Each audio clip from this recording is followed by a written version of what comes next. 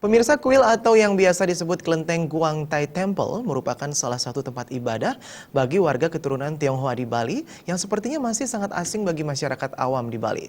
Namun ternyata wisatawan asing terutama dari Taiwan justru lebih mengenal kelenteng ini dan biasa datang berkunjung untuk sembahyang sekaligus berwisata di kuil yang berdiri tepat di perut perbukitan naga di wilayah Pantai Balangan Pecatu, Kuta Selatan, Badung. Menurut pengelola kelenteng Su Chuang Chung Sing, pendeta asal Taiwan yang telah lama menjadi warga negara Indonesia ini mengaku tujuannya membangun kelenteng Guang Tai Temple adalah memuja Dewa Cikung atau Dewa Mabuk yang menuntunnya sampai di tempat itu. Uniknya, selain sebagai tempat berwisata spiritual, kuil ini sekaligus digunakan untuk persembahyangan untuk memuja semua dewa. Kelenteng ini juga kerap didatangi wisatawan domestik maupun mancanegara yang ingin berobat, terutama karena sakit non-medis. Beberapa pengunjung yang diagnosis menderita penyakit non-medis seperti merasa kesulitan tidur atau terganggu makhluk halus mengaku telah disembuhkan. Masyarakat di sekitarnya yang percaya juga banyak yang datang untuk berobat dan mengaku disembuhkan setelah berkunjung ke kelenteng.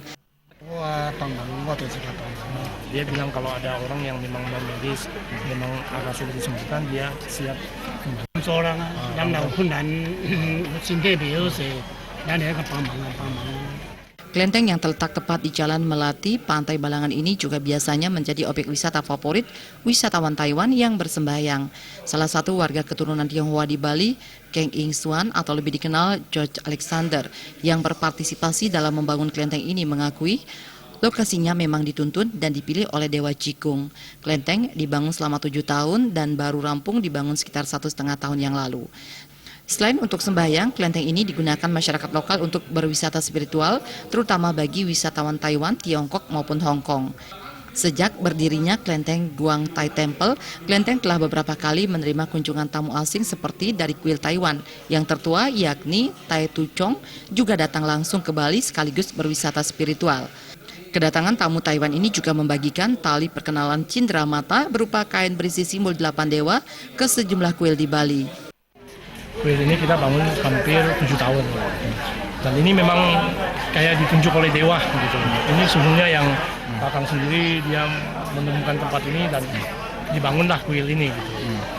Namanya Kong Tai Kiong. Jadi yang kita sembahyang itu namanya Dewa Cekong.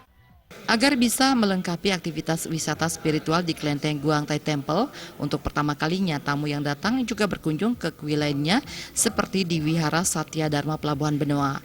Ketua Penanggung Jawab Harian Wihara Satya Dharma, Darin Cimitat, merasa sangat tersanjung dan terhormat mendapat kunjungan khusus dari tamu Taiwan. Meskipun baru pertama kalinya, namun kuil atau kelenteng di Pelabuhan Benoa sebenarnya juga bisa dijadikan semacam objek wisata spiritual di Bali karena setiap harinya mendapat kunjungan tamu dari luar negeri bisa mencapai 100 sampai 200 wisatawan mancanegara. Macam objek wisata Bali. Soalnya kita setiap hari mendapat kunjungan kira-kira 100-200 pariwisata dari mancanegara.